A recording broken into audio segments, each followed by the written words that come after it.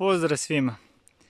Evo ovako, nalazim se na nekom putovanju po zapadnoj Srbiji, tačnije okolina Krupnja, pa sam naišao na jednu fenomenalnu stvar. Jako je zanimljiva stvarčica u prirodi i može dosta dobro da pomogne planinarima i ljudima koji se ovako nađu na putu.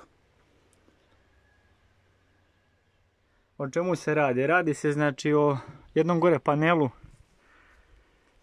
na sunčevu energiju, znači punjač za